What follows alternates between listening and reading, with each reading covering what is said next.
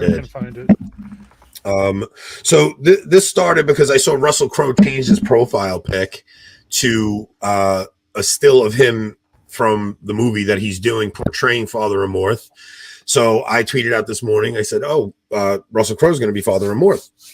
And Enoch said, I saw the trailer. It doesn't look good.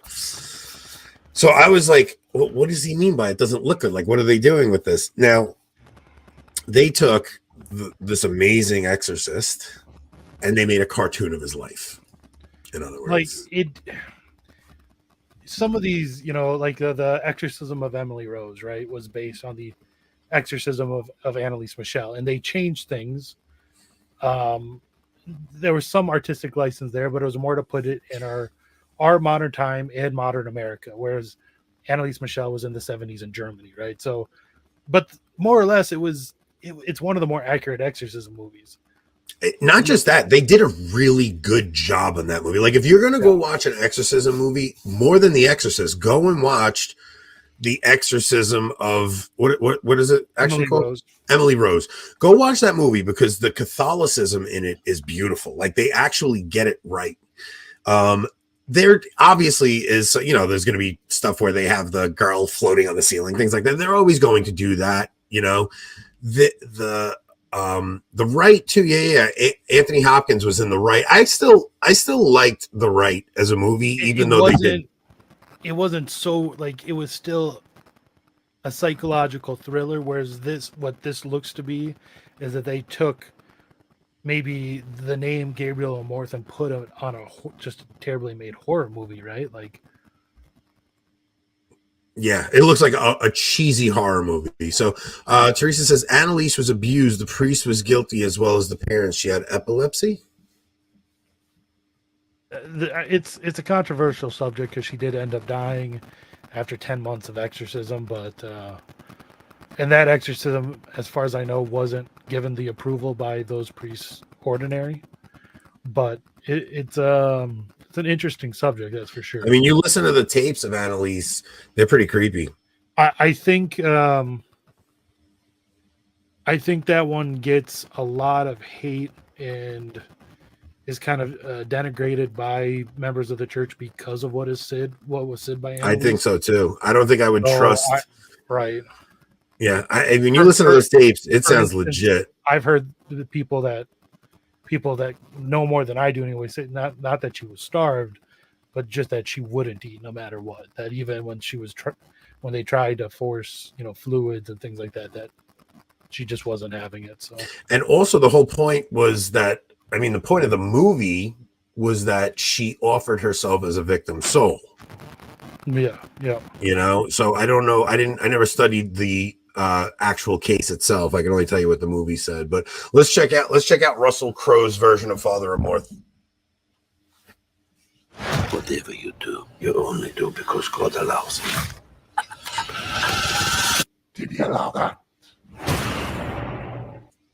First off, a demon possessing someone they can affect that person, but not someone else. So it's kind of wrong off the bat. Yeah, and also when you see the Pope come on, pause it then too, because he does not look like JP2 at all. Yeah, I'm trying to figure out which Pope it is because let's see.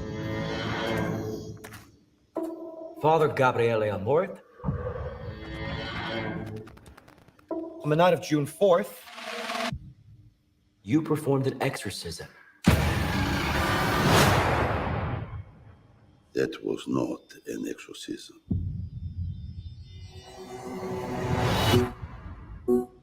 The majority of cases do not require an exorcism. 98% are recommended by. Yeah, so let's pause it real quick. So when it says meant to be Sarah or someone, maybe Arinze, yeah. But it when they say inspired by the actual files, it's like, why couldn't they just do a real movie on Father Amorth? It's got to be this clown Hollywood, or just do a fake exorcism movie with they're obviously just using the name, as a form of marketing, of course. And psychiatrists. The other 2%, I call it evil. We have more questions for you, Father Amorth. You have a problem with me? You talk to my boss. Now, who is that supposed to be? Is When that was the last time a Benedict? pope had a beard? Is that Benedict or is that JP2? I don't know which one it's supposed to be. I can't recall. I can't remember the last time I saw a picture of a pope with a beard. Is there any pictures of Benedict with a beard or JP2? His whole life, I don't know, man. Hmm. But like, Yes. if they're making this about Gabriel Amorth, and they're going to use his name and try to make his likeness, Yeah, they should why make can't this they do it Pope with the John Paul Pope? II. Yeah, try to find a Pole who kind of looks like. All right, let's go. Yeah, it can't be that hard to find a guy with the name hard to spell. The Pope. Also, he wasn't like the whole Vatican chief he was just the one exorcist in the Diocese of Rome. So like he wasn't the Vatican's exorcist or the Pope's exorcist. Okay. He was the exorcist in the Diocese of Rome. He was exactly. Pope. There is a case that needs your attention. Like The priest. the priest, bring me the priest. Right! I was just gonna go into that. Let my people go. I still think that was one of the funniest bits we ever did on this show.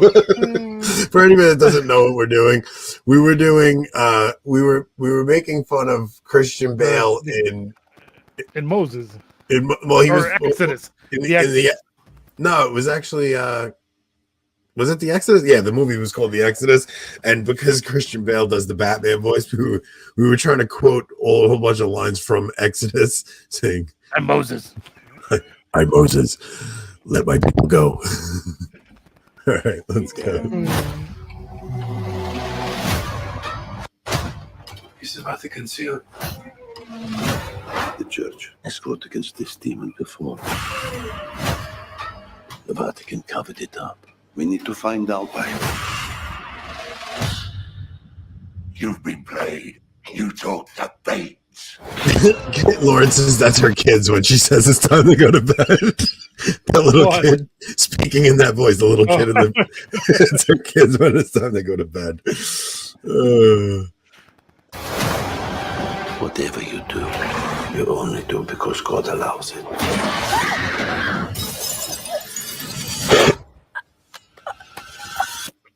Oh, you gotta do the head turn like from the original Exorcist movie, right? If the devil possessed the soul of the Pope's exorcist, who Like the devil doesn't possess the soul. Like that's Yeah, it's just the theology is all right. I don't even think we need to finish this trailer. If you guys want to see the trailer, you can check it out.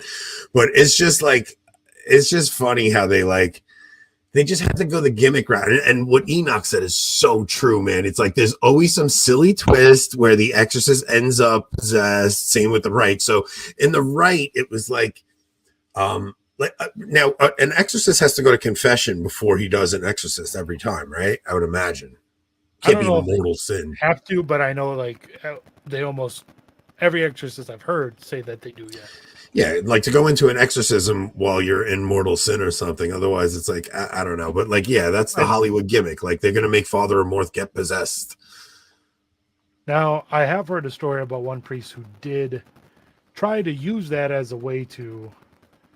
Who was it? I think it was Father Lampert, who was just on Pints with Aquinas, talked about an exorcist who did invite the demon possessing the person he was helping into himself to free that person, and then that person was freed, and then that priest did go into a mental decline and ended up killing himself.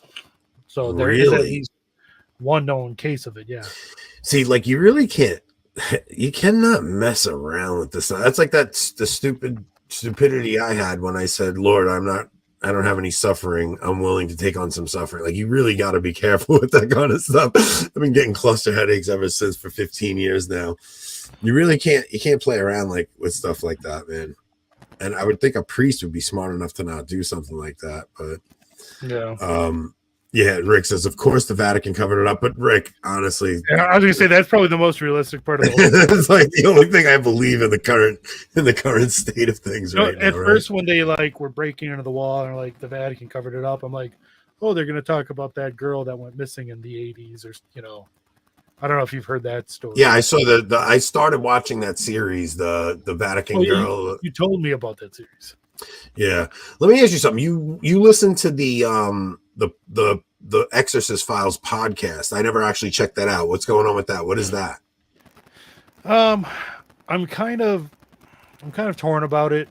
I haven't heard it say anything that's actually like, in terms of what they say about exorcism and that, it seems pretty solid.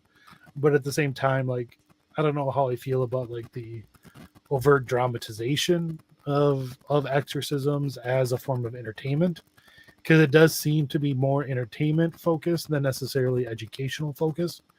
And then also being done by iTunes Radio, about 50% of the ads that they put in it are about another podcast done by some gay fashion designer about some homosexual show. Like, you know what I mean? So yeah. So as far as the podcast itself, what they've said has been pretty right on as far as I know.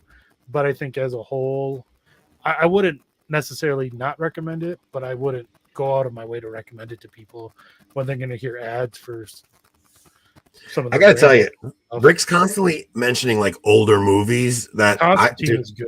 I loved Constantine. I thought it was a great movie.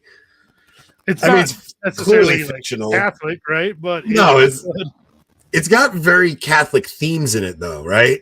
And it's like even Constantine at the end of the movie, like, he had to perform some act of sacrificial love in order to, actually move on. Like, I honestly really, I might have to rewatch that one. I did not know that.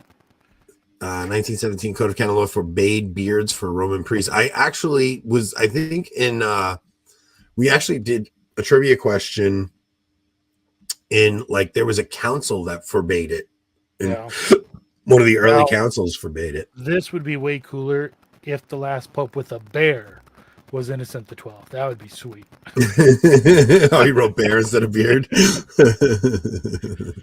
I gotta say, man, when I see like Rick and Enoch sticking around for the whole show, like, it gives me hope that we're actually a decent show. They just feel bad for what Steve said. I mean, I do watch their show every week. I watch News from the Fuse every episode, so it is very cool to see like our friends check our show out, man.